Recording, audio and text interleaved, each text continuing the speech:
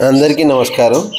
మనం ప్రతిరోజు ఆహారంలో ఉపయోగించేటటువంటి నల్ల మిరియాలు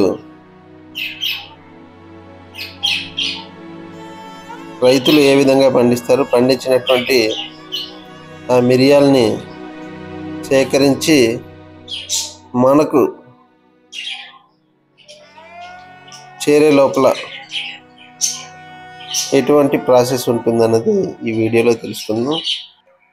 ఈ స్క్రీన్లో చూపిస్తున్న విధంగా బాగా పండినటువంటి మిరియాలని రైతులు సేకరించి మీకు ఇప్పుడు చూపించిన విధంగా ప్రాసెస్ చేసిన తర్వాత మనకు మిరియాలు అనేవి చేతికి అందడం జరుగుతుంది. ఈ మిరియాలని ఎత్తైన చెట్లపై నుంచి సేకరించడం నుంచి చిట్ట చివరి వరకు మనకు మార్కెట్లోకి అమ్మే వరకు ఉన్నటువంటి టోటల్ ప్రాసెస్ అంతా కూడా ఈ వీడియోలో చూపించడం జరిగింది. మీరందరూ తప్పకుండా చూడండి.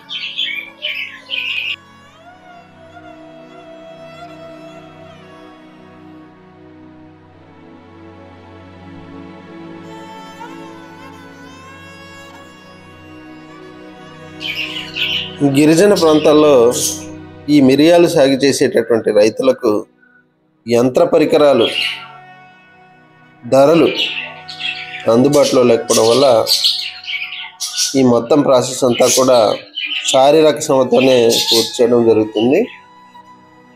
ఇంత శ్రమతో కూడుకున్నటువంటి ఈ మిరియాల సాగులో రైతులకు వచ్చేటటువంటి ఆదాయం దాదాపు శూన్యమనే చెప్పాలి. అధిక శ్రమతో కూడినటువంటి ఈ మిరియాల సేకరణకు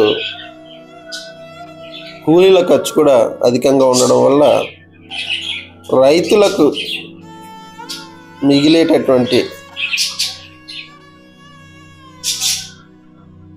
సొమ్ము అంతంత మాత్రమే అని చెప్పాలి. అధిక శ్రమతో కూడినటువంటి మిరియాల సాగులో